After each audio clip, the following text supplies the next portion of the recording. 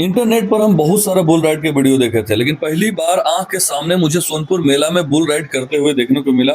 इस लड़के को हम देखे, भाई दिमाग चौंक गया। गजब के इस लड़के ने पकड़ बना करके रखा था।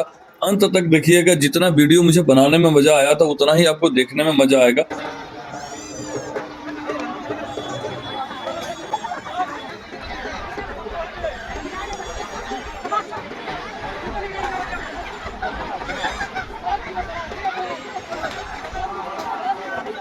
Yes, sir.